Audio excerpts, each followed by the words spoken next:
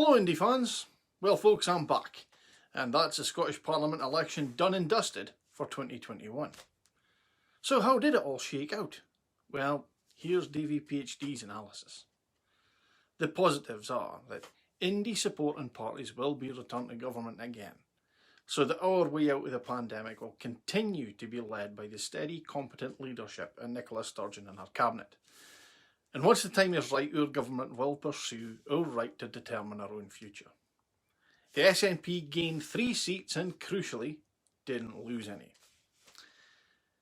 I suppose negatives, though there is an Indy majority, it isn't an SNP-only Indy majority. So, whilst we have worked constructively with our colleagues in the Scottish Greens in the past, any work around independence has now got to require their cooperation, which invariably means compromise and concession on other issues, as well as working against the long-standing intransigence of the UK government.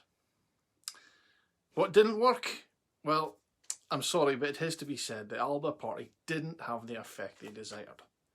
I was at the count in Aberdeen and had a brief chat with Alex as we monitored the same table for a while on Friday morning, and it looked pretty grim for them pretty early on. But it seems they have rebounded in spirit at least, and are sounding very positive today. As I've said in previous videos, there is more to electioneering than mathematics. It's an act of gentle persuasion, and it seems that Alba just didn't leave themselves enough time to make their case. And often, the people trying to make the case were a bit shouty. Now, I don't attack Alba supporters for trying to promote their party's strategy, but the flip side is that we SNP supporters can't be blamed for promoting our party's strategy. I'm going to leave those discussions to the ones actually setting the strategy. But it's not been a total failure. They have 2 Westminster MPs and they have some councillors, and they're planning to enter the local elections in 2022. It will be interesting to see how they do. So though we don't have a super majority or a single party majority, we do have an Indy majority. Our country will continue to be ably led, and most importantly, independence won. But how can you continue to help? Well, firstly, we do need to bury all this Alba SNP nastiness. For obvious reasons, I can't promote Alba, but I won't be attacking them. They have a right to participate in our process. Even George Galloway has a right to participate in our process. It could be said that the rate of increase in SNP support has slowed. It may even have plateaued. It may be true that we will need to consider another party to assist us if we enter into another DeHont election.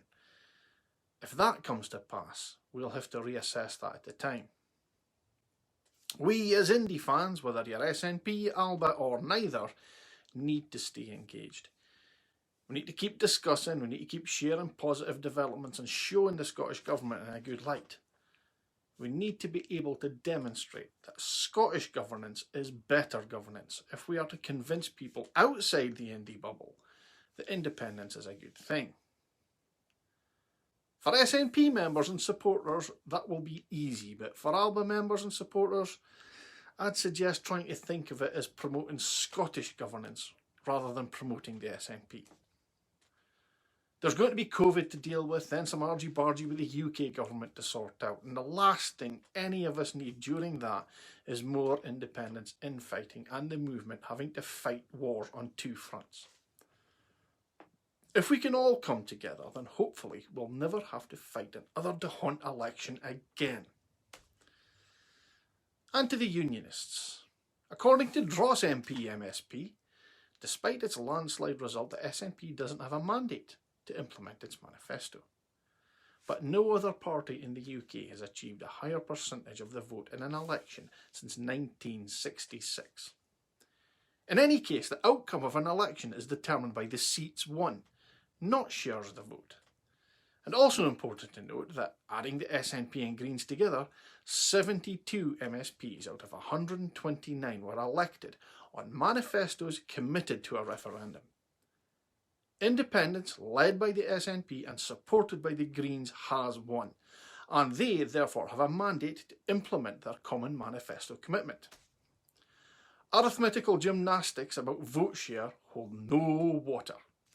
David Cameron was elected as Tory PM in 2015 with 36.9% of the vote and implemented the Brexit referendum because he said he had a parliamentary majority mandate.